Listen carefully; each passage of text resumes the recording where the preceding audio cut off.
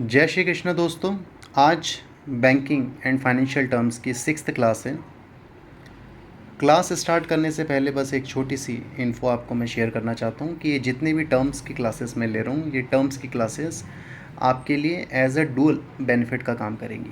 पहले जो भी आप न्यूज़पेपर पढ़ते हो एग्ज़ाम पॉइंट ऑफ व्यू से, तो देखिए, अगर आप फाइनेंशियल सेक्टर में जा रहे हो, आप किसी बैंक का एग्ज़ाम देना चाहते हो, किसी नॉन बैंकिंग फाइनेंस कंपनी, कोई फाइनेंशियल रेगुलेटर या किसी फाइनेंशियल इंस्टीट्यूशन, या लेट सपोज आप किसी other non banking finance company like government insurance companies में जाना चाहते हो, तो वहाँ पर ये सारी की सारी टर्म्स आपकी हेल्प करेगी एग्ज़ाम पॉइंट ऑफ व्यू से भी, क्योंकि ये टर्म्स आपके एग्ज़ाम में भी आती रहती हैं। प्लस जो न्यूज़पेपर आप पढ़ते हो, ठीक है, न्यूज़पेपर पढ़ते वक्त आपके पास बहुत सारी ऐसी टर्म्स आती हैं जो आपको समझ नहीं आती कई बार, तो ये वहाँ भी आपकी हेल्प करेंगी। ठीक है, तो शुरू करते हैं। देखिए, तो आज हम पढ़ेंगे difference between shares and debt. देखिए, शेयर्स और डेट क्या है, ये दोनों ही इन्वेस्टमेंट इंस्ट्रूमेंट्स हैं, मतलब इन दोनों के अंदर ही पैसा इन्वेस्ट भी किया जा सकता है। अगर हम लोग अपना पैसा इन्वेस्ट कर सकते हैं, कंपनीज पैसा बोरो कर सकती है, ठीक है, उनके लिए एक सोर्स ऑफ फंड है ये। अगर मैं किसी भी शेयर्स में इन्वेस्ट कर रहा हूँ, मैं इन्वेस्टर हूँ, मुझे बोला जाएगा शेयर होल्डर।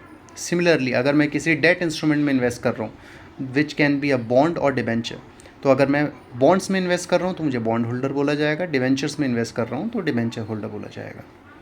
देखिए, अगर मैं शेयर्स में इन्वेस्ट कर रहा हूँ तो मेरे पास ऑनरशिप टाइटल आता है। शेयर्स ऑनरशिप इंस्ट्रूमेंट्स होते हैं, इसका मतलब अगर जितने परसेंट मैं कंपनी के शेयर्स खरीदूंगा उतने परसेंट के लिए मैं कंपनी का मालिक। हाउएवर अगर आप बॉन्ड्स या डिवेंचर्स खरीदोगे तो आपके पास कोई ऑनरशिप टाइटल नहीं आएगा, आपके पास कोई मालिकाना हक नहीं आएगा, आप कंपनी के लिए क्रेडिटर हो, कंपनी के लिए कर्जदार हो। ठीक है, आगे बढ़ते हैं। अगर मैं शेयर्स या बॉन्ड्स में इन्वेस्ट करूं तो मुझे बदले में क्या मिलेगा? ठीक है, जैसे आप एफडी में इन्वेस्ट करते हो, बैंक के आपको रिटर्न मिलता है in the form of fixed interest. Similarly अगर आप शेयर्स में इन्वेस्ट करोगे तो आपको क्या मिलेगा? आपको प्रॉफिट में से डिविडेंड मिलेगा। कंपनी को जो हर साल प्रॉफिट होता है, कंपनी उस प्रॉफिट में से डिविडेंड डिक्लेयर करती है। अगर प्रॉफिट हुआ तो आपको डिविडेंड मिलेगा, नहीं हुआ तो नहीं मिलेगा। ठीक है, ये शेयर होल्डर्स के लिए बेनिफिट है। अपार्ट फ्रॉम दिस, अगर आप बॉन्ड्स या डिबेंचर्स में इन्वेस्ट करोगे तो आपको इंटरेस्ट मिलता है। ठीक है, बट ये इंटरेस्ट फिक्स भी हो सकता है, फ्लोटिंग भी हो सकता है आपको इंटरेस्ट नहीं भी मिले। ठीक है, जो आपके ज़ीरो कूपन बॉन्ड्स होते हैं आगे चल के पढ़ेंगे। वोटिंग राइट्स की अगर बात करते हैं, देखिए, मैंने शेयर्स में पैसा लगाया है, मैं कंपनी का मालिक हूँ। अगर कंपनी की कल को कोई भी एनुअल जनरल मीटिंग होती है तो मुझे बुलाया जाएगा और मेरे पास वॉइस ऑफ मैनेजमेंट है, मेरे पास वोटिंग राइट है। कंपनी अगर कुछ भी चेंजेस करने जा रही है अपनी ऑर्गेनाइजेशन के अंदर तो मुझसे भी पूछा जाएगा, ठीक है, कि वी शुड इम्प्लीमेंट इट और नॉट। ठीक है, तो मेरे पास वॉइस ऑफ मैनेजमेंट होगी अगर मैं शेयर्स में पैसा लगाऊँ। हाउएवर बॉन्ड होल्डर्स के पास, डिबेंचर होल्डर्स के पास कोई वॉइस ऑफ मैनेजमेंट नहीं होती। देखिए, लास्ट पॉइंट, अगर कल को कंपनी डूब गई, जिस कंपनी के मैंने शेयर्स खरीदे, तो मुझे मेरा पैसा सबसे लास्ट में मिलेगा। पहले किसको दिया जाएगा? जिन्होंने बॉन्ड्स खरीदे थे। तो अगर दो लोग हैं, एक व्यक्ति ने बॉन्ड खरीदा, दूसरे व्यक्ति ने शेयर्स खरीदे, तो जिन्होंने बॉन्ड खरीदा उनको कंपनी के डूबने के टाइम पे, ठीक है, कंपनी अगर डूब गई तो कंपनी की एसेट्स बेच के सबसे पहले पैसा आप बॉन्ड होल्डर्स को दोगे, डिबेंचर होल्डर्स को दोगे, लास्ट में दोगे शेयर होल्डर्स को। ठीक है, तो एक छोटा सा रिकैप कर लेते हैं। शेयर्स के बारे में हमने पढ़ा कि शेयर्स में जो भी पैसा इन्वेस्ट करता है उसको बोलते हैं शेयर होल्डर्स।